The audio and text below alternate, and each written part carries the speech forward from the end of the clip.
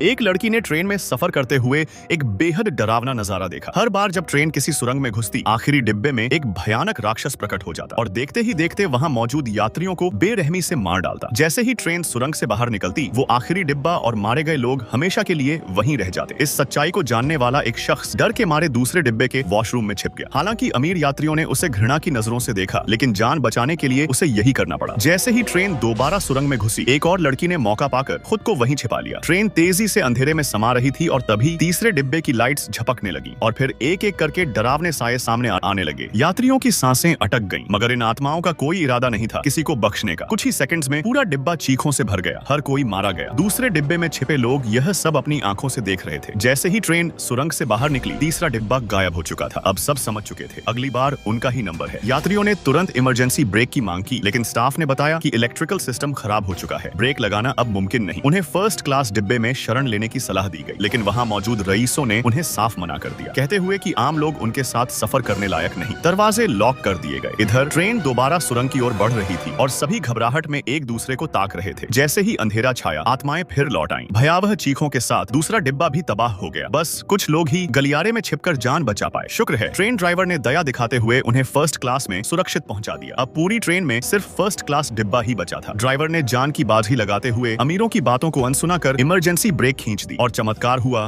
Train रुक गई। बाकी बचे लोग रईसों को अंदर बंद कर बाहर निकल गए और पैदल आखिरी स्टेशन की ओर बढ़े। लेकिन खतरा सिर्फ सुरंग में नहीं था, अंधेरे में भी छिपा था। एक एक कर सभी को पकड़ लिया गया। बेलों में लपेटकर उन्हें दर्दनाक मौत दी गई। उनकी लाशें पेड़ों की खुराक बन गईं और वे सब उस श्रापित जंगल की जड़ों में हमेशा के लिए फंस गए। असल में ये रेलवे प्रोजेक्ट अमीरों ने गांव वालों की मर्जी के खिलाफ शुरू करवाया था। प्राकृतिक संसाधनों की बर्बादी ने जंगल की आत्माओं को जगा दिया और फिर शुरू हुआ खून खराबा। अब यह ट्रेन सिर्फ एक टूरिस्ट ट्रिप नहीं, बल्कि मौत का टिकट बन चुकी थी। प्रकृति से छेड़छाड़ का अंजाम यही होता है।